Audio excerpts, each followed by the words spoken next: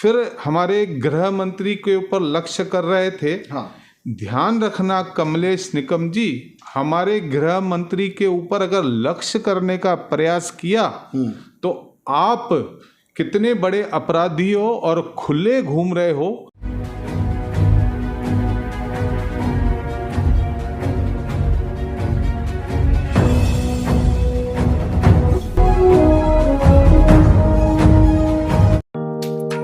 Neeraj Vinod Burani's Spacecraft Interiors.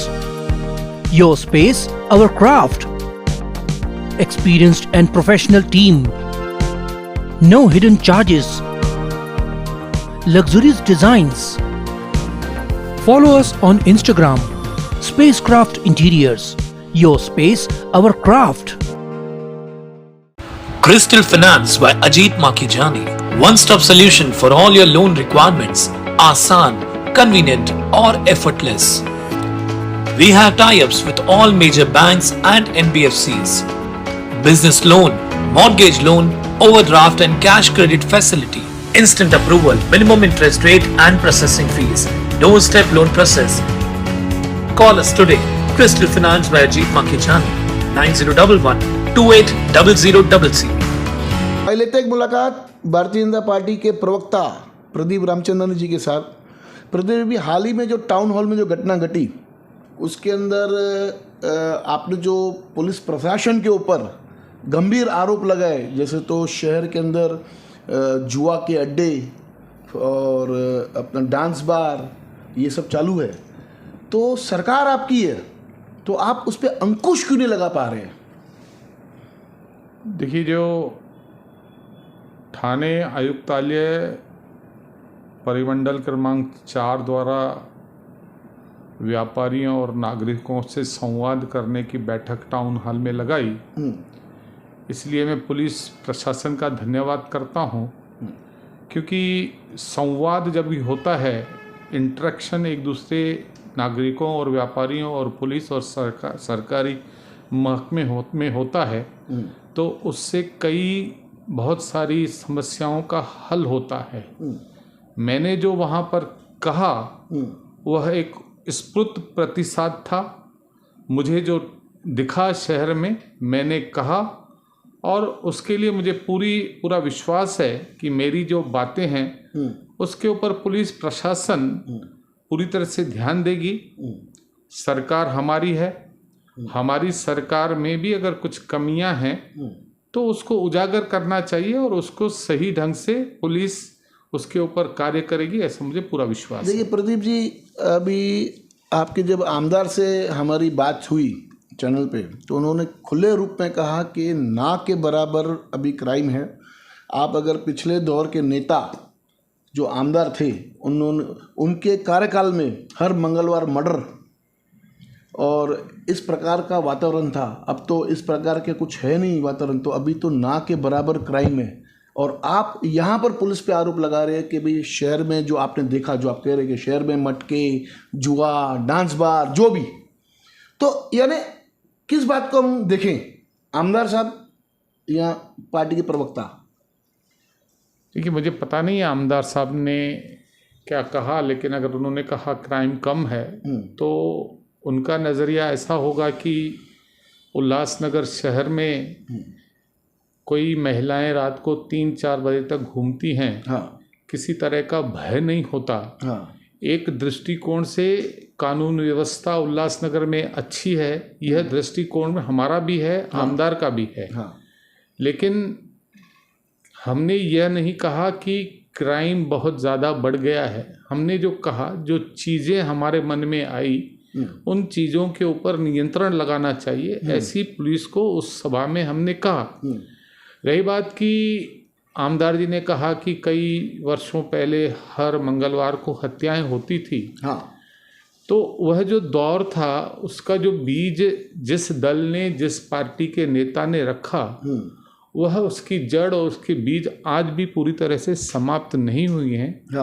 पिछले वह गलत जो बीज डाले गए हैं उसकी जो हमें जो खामियाजा भुगतना पड़ रहा है, आज तक हम उसको भरपाई नहीं कर पाए हैं। लेकिन मुझे विश्वास है क्योंकि जब उस दिन वो संगोष्ठी हुई थी टाउन हॉल में, तब पुलिस महकमे द्वारा बहुत सारी बातें बताई गई कि कितने बदमाशों को तड़ीपार किया गया, कितने के ऊपर मकोका लगाया गया। देखिए, ये समाज में जो है, पुलिस भी हमारा अपना अंग है।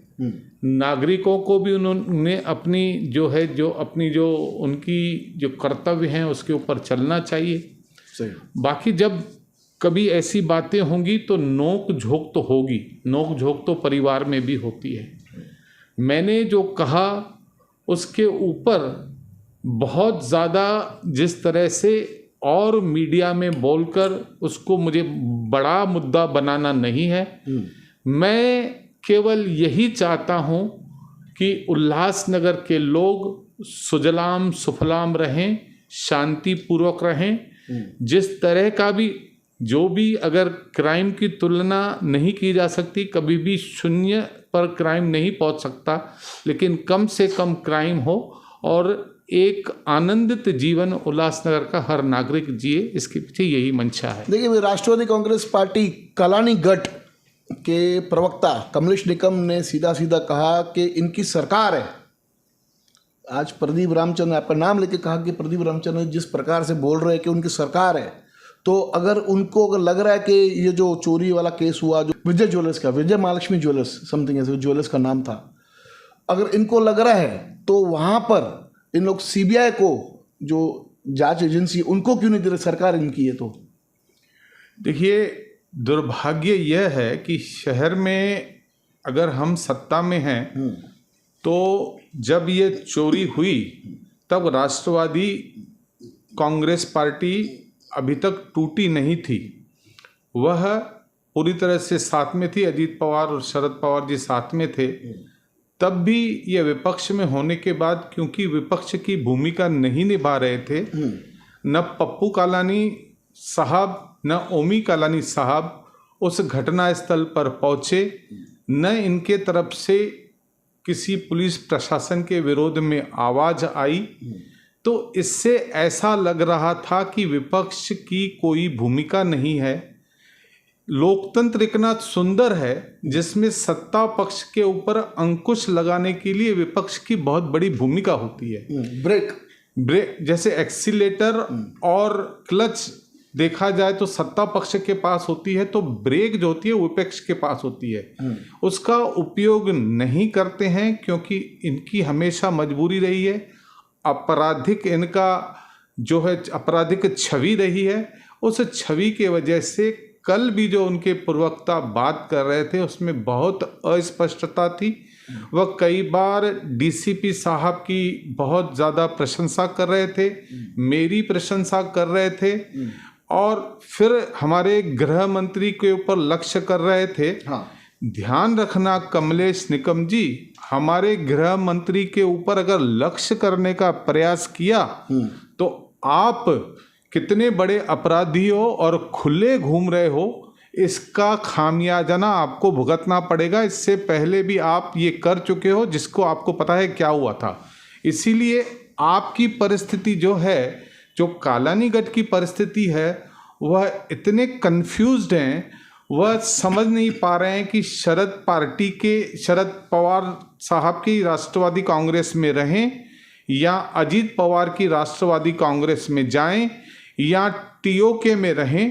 पूरी तरह से वह असमंजस में है। इसीलिए कल का जो इंटरव्यू रहा इनका, कमलेश निपक का, उसमें कुछ भी नहीं था। केवल किसी एक व्यक्ति के ऊपर जो कभी उनका हुआ करता था, या राजेश वधरिया के ऊपर वो टीका टिप्पणी करते हैं, या दीपक जो लासी है, छतलानी है, उसके ऊपर करते हैं। और उसका कारण भी यह है क्योंकि उनको भय है कि उनके कुनबे के कई लोग उनको छोड़कर चले जाने वाले हैं। इसीलिए वो केवल व्यक्तिगत टारगेट इसलिए करते हैं ताकि हमारा जो कुनबा है वो भयभीत रहे और छोड़ कर न जाए। लेकिन पूरी तरह से दिशाहीन, पथहीन, विचारहीन हो चुके हैं कालानी परिवार। उनका कोई अस्तित्व नहीं रहा उल्लासनगर में। 13 लाख रुपया फिरौती यानी हर महीने वसूली का आरोप लगाया दीपक छतलानी के ऊपर कमलेश निकम ने मेरे ही चैनल पे, और कहा कि 13 लाख रुपए हर महीने जो ये वसूली कर रहे हैं, तो मतलब क्या, मतलब वो पुलिस प्रशासन को भी कहीं ना कहीं टारगेट कर रहे थे। तो क्या 13 लाख रुपया जो आपके साथ में संगठन आज यूएसए के अध्यक्ष है, वो इस प्रकार का जो उन्होंने खुले रूप में आरोप लगाया, इस विषय को आप कैसे देखते हो? देखिए, जिस तरह से हवा के आरोप करते हैं, लेकिन इसमें इन्होंने बहुत गंभीर बात कही कि पुलिस के नाम पे 13 लाख लेते हैं। हाँ। तो पुलिस महकमे ने संज्ञान लेना चाहिए और कमलेश जी को पूछना चाहिए उनके पास क्या प्रमाण है, क्योंकि उन्होंने बहुत ही गंभीर आरोप लगाया है कि पुलिस के नाम पे लेता है। इसका अर्थ इन्होंने पुलिस के आरोप लगाया है कि पुलिस वो 13 लाख में उसमें से हिस्सा लेती है। उनका अर्थ यह होता है। इसीलिए अगर उनके पास प्रमाण हैं तो वो तुरंत प्रमाण दें, वरना मैं पुलिस से निवेदन करूंगा कि उनसे पूछें कि इस तरह की भाषा का इस्तेमाल करके शहर में अशांति फैलाने का जो काम कर रहे हो, इसके लिए इनको जो भी कानूनन उनके ऊपर कार्रवाई होनी चाहिए वो करनी जी। एक और कमलेश निकम जी ने मेरे चैनल पे कहा था कि ये जो टाउन हॉल के जो कार्यक्रम था वो एक भारतीय जनता पार्टी का एक मेड़ावा था। भारतीय जनता पार्टी ने एक अपना प्रोग्राम अनाउंस किया था, क्योंकि देवेंद्र फडणवीस साहब डेप्यूटी सीएम हमारे महाराष्ट्र प्रदेश के, वो अंबरनाथ में जो कार्यक्रम रखा था उस पर नहीं पहुंच पाए, जिसके कारण ये एक मेड़ावा किया गया था। इस विषय में आप कैसे देखते हो? देखिए, ये जो व्यापारी और नागरिकों के बीच में समन्वय बैठक का आयोजन पुलिस आयुक्तालय परिमंडल 4 द्वारा किया गया था, उसका संचालन भी सेंट्रल पुलिस चौकी के सीनियर इंस्पेक्टर कर्ड साहब ने किया। और आभार प्रकट फूल पगारे जी ने कहा, जो 1 नंबर पुलिस स्टेशन से संबंध रखते हैं, सीनियर पे सही। तो पूरी तरह से यह जो इसकी मेजबानी करी वह पुलिस आयुक्तालय ने की। आमदार क्योंकि शहर का होता है, इसीलिए शहर के आमदार को अध्यक्ष के रूप में, सभा के रूप में उनको आमंत्रित किया गया, और आमदार ने पूरे शहर को अपने लेटर हेड पर आमंत्रित किया, जो कि पूरे सारे ग्रुपों पे उन्होंने डाली। और यह कोई शादी विवाह नहीं है कि इनको हर घर घर में कार्ड देने जाना चाहिए और कहना चाहिए आइए आइए। शहर के मुद्दों पर जब पुलिस आयुक्तालय यह कार्यक्रम लगाता है और सोशल मीडिया की तरफ से पता पड़ता है, तो हरेक जागरूक नागरिक, जागरूक राजनीतिक पार्टी, जागरूक संस्थाएं वहां पर पहुंचनी चाहिए। क्योंकि आप लोग वहां नहीं पहुंचे क्योंकि आपको पता है कि आपका जो शहर के प्रति आपकी जो जवाबदेही है वह शून्य है, और आप कहते हो कि वहां पर जमनू पुरसवानी जी को मंच पर बिठाया गया। सही। अगर और किसी पक्ष के अध्यक्ष राजनीतिक के आते, वह भी मंच शोभित करते, क्योंकि यह आग्रह पुलिस आयुक्तालय का था। लेकिन क्योंकि आप आए नहीं, इतने सारे व्यापारी संगठन आए, केवल आपने जिनको मना किया नहीं आने के लिए, क्योंकि आपके जो पैरों से जमीन खिसकती जा रही है, बचे कुछ लोग जो आपकी सुनते हैं, उसमें आप नकारात्मक आपने काम किया। आपने वहाँ उपस्थित होने की बजाय आपने सभी को मना किया कि नहीं जाना चाहिए। इससे ये पता पड़ता है कि आप किस तरह से पुलिस आयुक्तालय द्वारा रखे गए कार्यक्रम को आप विफल करने का प्रयास कर रहे थे, जिसमें आप सफल नहीं हो पाए, और इसका संज्ञान पुलिस ने लेना चाहिए।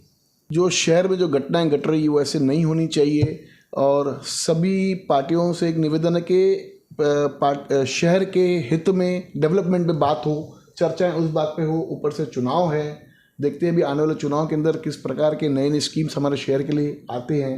देखते हैं आगे क्या होता है। धन्यवाद। देखते रहिए फेसबुक न्यूज़ चैनल।